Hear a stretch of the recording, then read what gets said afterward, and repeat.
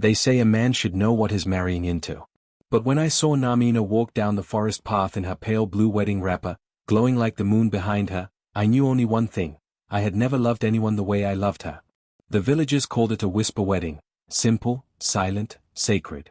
No drums, no feasting, just soft footfalls, the scent of wildflowers, and the sound of wind through the trees. Namina insisted on it. "It's better this way," she said, her eyes gleaming. "Too much noise wakes the old things." I thought she was being poetic. I loved that about her. She always spoke like the earth was listening. We stood beneath a giant baobab tree on the edge of the Whispering Hills, just the two of us, our hands tied with a string of river grass. Elder Aya Abini presided, muttering blessings in a dialect even I barely understood. I caught words like protection, obedience, and moonblood. I brushed them aside. Old women always speak in riddles. When I kissed Namina's forehead and whispered, "Now you're mine," she smiled, but said, "No one ever truly owns the moon." We moved into a small house on the outskirts of the village, close to the forest line. It was her idea. She loved the quiet, she said. Loved the way the trees whispered at night and the smell of the damp soil after rain. I didn't mind. I had grown up among noise, markets, cousins, and radio static. The silence felt strange but refreshing. Like starting over. Namina cooked like someone who remembered flavors from another life. Every meal felt ceremonial. She never followed recipes, just instincts and herbs she picked herself from the bush. She never raised her voice. Never sulked. Never nagged. She would just hum, barefoot in the kitchen, a tune older than the walls around us. One evening, as we sat outside watching the sky darken, I asked her about the song. "It's something my mother used to sing," she said, eyes distant. Before she turned. Turned? She blinked slowly, then laughed. "I mean, before she passed." That was the first time I noticed it, the way she rubbed her hands together absent-mindedly, as though something itched beneath the skin. A week into the marriage, I tried to surprise her with a silver bracelet. It was market day, and I'd found a vendor selling handmade jewelry. When I slipped it on her wrist, she flinched so violently that she dropped the bowl she was holding. "I'm sorry," she stammered, her face pale. "I don't like silver. It burns my skin." I touched her wrist. No burns. No marks. Just smooth skin and a tremble beneath the surface. That night, I couldn't sleep. I kept waking up and glancing at her beside me. Her breathing was calm. But even in sleep, her face looked alert. Like a cat listening to danger outside. The villagers loved her from afar. They called her the Moon Bride. Men stared too long. Women whispered. Some said she was too perfect. Others said she must have come from the water. One day at the well, a market woman joked, "Jade, you sure you didn't marry a Mimi Water?" I laughed it off. But that night, I watched Namina from the doorway as she stood barefoot in the yard, looking up at the sky. The full moon hung over her like a mother. She didn't smile. Didn't blink. Just stood there, like she was waiting for something. By the second month, I started noticing little things. Our cat, Miko, began avoiding her. He hissed when she entered a room. She stopped sleeping through the night. I would wake and find her standing at the window, whispering under her breath. Once, I found tiny, oval-shaped scales in the bathtub. I showed her. She said they were from a fish she'd cleaned for dinner. But we hadn't eaten fish that week. Another time, I saw her eyes, just for a moment, flash gold when sunlight hit them through a broken window pane. I told myself I was being paranoid. But the truth was curling its way up my spine like a cold hand. Then came the dream. Or what I thought was a dream. It was the third month. I woke to a sharp chill in the bed. Namina was gone. The bathroom door was ajar. The room was too quiet. Even the crickets were silent. I heard something, soft. A dragging sound. Like wet skin sliding across tile. I stood, heart pounding, and walked toward the kitchen. That's when I saw it. A snake. Massive. Coiled near the back door. Its scales shimmered like oil under moonlight. But it wasn't the size that froze me. It was the eyes. Human. Brown. Familiar. They stared into mine with something like recognition. Then fear. I stepped back. Knocked over a stool. The snake jerked, then slithered through the open door in one fluid, graceful motion. I stood there, trembling. Not just because of what I saw, but because deep down, something in me knew. In the morning, she was there beside me. Skin warm. Hair tousled. Smiling. "You came to bed late," she said softly, running her fingers through my hair. I stared at her. There was dirt under her feet. Her nails were chipped. Tiny bruises marked her ankles. Where were you last night? I asked. She blinked. A little too slowly. Sleepwalking, she whispered. I've done it since I was little. Don't be scared. But I was. Because love makes you forgive things too fast. Ignore what you know is real. And in that moment, I began to understand. I hadn't married a woman. I had married a mystery. And the moon knew her name. It became a pattern. Every full moon, Namina would disappear, sometimes for minutes, sometimes for hours. At first, I told myself she was sleepwalking like she claimed. I tried to believe it. But one night, around twilight, I saw something that crushed all doubt. She stood by the window, just like before, but this time she was humming. Not the usual soft, gentle tune I loved. No, this one felt ancient. Low and heavy. Like it didn't come from her throat, but from somewhere deeper. Her eyes were closed. Her fingers dug into her arms. Her feet were bare again, despite the cold.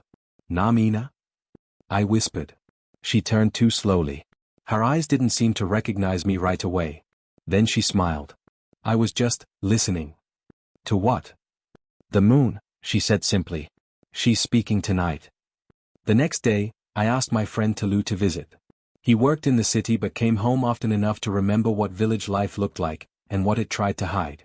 She's beautiful, Talu said, after we shared a meal. But something feels off. You see it too? He raised an eyebrow. You mean you've seen it?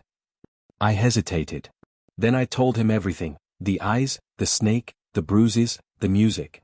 He didn't laugh. He didn't joke. He just leaned back and said, you need to talk to someone who understands curses. The next full moon, I followed her. She'd said she was tired and went to bed early. I waited until her breathing changed. Then I slipped out of bed, grabbed a flashlight, and followed the faint trail of her footprints into the forest. I didn't have to go far. Just past the termite mound near the old shrine, I saw her. Kneeling. Head bowed. Her wrapper tossed aside, her skin already glistening. Her back arched and her hands clawed at the earth as though something beneath her skin was begging to get out. She groaned. Then her spine snapped, not from injury, but from transformation. I watched, paralyzed, as her body elongated, her skin darkened, shimmered, and peeled away in strips. Minutes later, a snake stood where my wife had been. Towering. Coiled. Still. I stumbled back. Stepped on a twig. She turned. Those same eyes. And for a moment, I swear, she smiled. Then slithered into the darkness. The next morning, she lay beside me again. Naked, silent, curled like a child. I didn't wake her. I couldn't. I just stared at her. Memorizing her human face. Wondering how much of it was still her. The village began to murmur. Chickens disappeared. Goats found drained of blood. One woman claimed she saw something long and shiny moving past her window. Another found a strange scale in her yam field. I knew. I knew and I said nothing. Because she came back to me. Because she still kissed me good morning. Because she still laughed when I told silly jokes. But one evening, I cut my finger while slicing vegetables. Blood oozed down. Namina froze.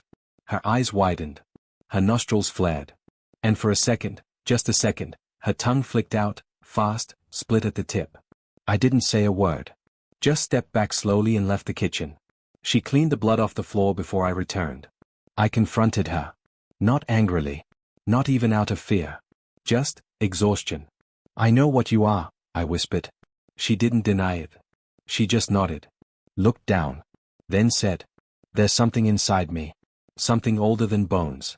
It rises with the moon. It lives in my blood. My mother had it. Her mother too. It skips no daughters. It can be hidden. But never broken. I swallowed hard. Do you remember me when you changed? She looked up, tears welling. I remember everything. Would you ever hurt me? She stepped close. Even if every bone in me melts, even if I lose my voice, I will remember your scent. Your warmth. Your love. I swear on my mother's grave, I will never bite you. But then she added, if you ever stop believing that, it will break me. When the baby goat was found ripped open behind Chief Ajulo's compound, the village could no longer pretend it was just wild dogs. Rumors thickened like Hamatan dust. They say a woman walks barefoot in the forest at night. I saw eyes, not animal, not human. Blood curse. Snake spirit. We need cleansing. I knew it was only a matter of time before someone pointed at my door. So I went to Ayah Abini. The old woman sat beneath her usual tree, grinding kola nuts with shaky hands. Her eyes were pale with age, but when I told her everything, what I had seen, what Namina confessed, she did not blink. She is moon-touched, Ayah Abini said. Like her grandmother. And her grandmother before that. I warned them then. Nobody listened. What is it? I asked. A demon?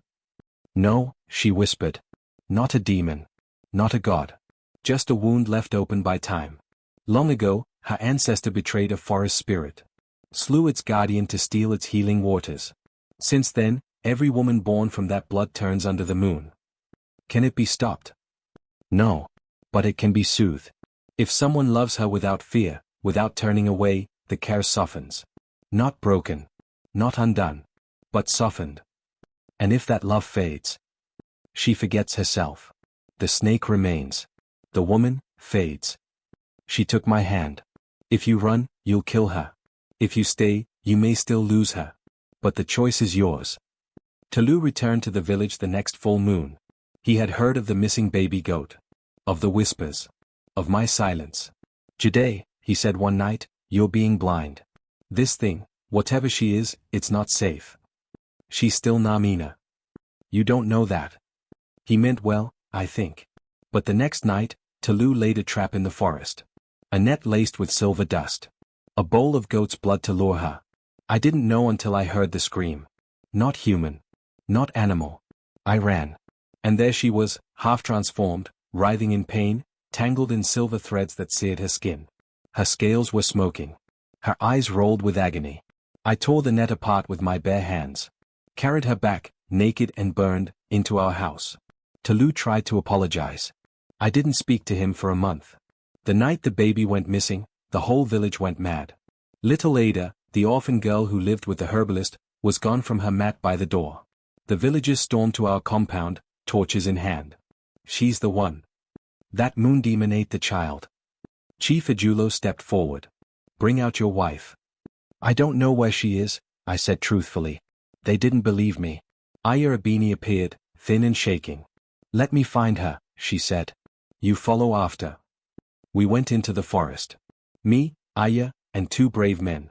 Near a small stream, beneath a rock shaped like a jaw, we found the baby. Alive. Crying. Unharmed. Wrapped in a torn piece of Namina's cloth. And near her, curled protectively, was Namina, half snake, half woman. Her scales quivering. Her eyes, human, watched me. Then the others. Then the baby. When the men raised their machetes, I stepped in front. She's not harming her, I said. She's guarding her. And slowly, reluctantly, they lowered their blades. She didn't come home that night. Not the next day either. I waited. Cold. Prayed. Then on the third night, as an eclipse began to shadow the sky, I followed her scent deep into the woods. I found her near the edge of the river, trembling. Alone. I can't do this anymore, she whispered, half changed. I nearly lost myself. You saved that baby. No, she said, the snake saved her. The woman wanted to run. You're still in there, Namina. I know it. No, Jade, she said, tears glowing in her golden eyes. You love me still, but not without fear. I can taste it in you. And then it happened. She lunged. Not out of hatred. Not out of hunger. But desperation. One final test. One last instinct screaming, prove he still trusts you. Her fangs grazed my shoulder. I felt the bite. The burn. The visions. Flashes. Her childhood. Her mother's transformation. Her grandmother's death. Centuries of loneliness. Of hiding. Of shame. And then, me. Holding her. Laughing with her. Marrying her beneath the baobab. I gasped. She pulled back, horror in her face. No. No, no, I didn't mean to. I fell. I woke days later. Ayah Abini was by my side. Talu too, quiet with guilt. She bit you, Ayah said. But not deep. You live. She ran into the woods. She hasn't returned. I got up. Weak. Dizzy. but alive. I walked alone into the forest. I found her by the same stream. Coiled. Smaller than before. Weaker. Her eyes opened when I sat beside her. "Why did you come?" she whispered. "Because the curse didn't kill me," I said. "But losing you might." She uncoiled slowly. Changed before my eyes, not all the way, not fully, but enough for her voice to steady. "You remember me?" she asked. I nodded. "Always." The moon rose. She didn't change. Not fully. Her eyes shimmered. Her skin glowed faintly. But her body stayed hers. She took my hand. It was cold. But I held it anyway. We stayed in the village. Some people still feared her. But others, especially mothers who remembered Ada's rescue, began to soften. Namina never stopped changing. But she never fully lost herself again. And on full moons, she sat beside me, humming her old songs, her hands warm in mine. The curse wasn't gone. But it no longer owned her. Because love remembered her name. And so did the moon.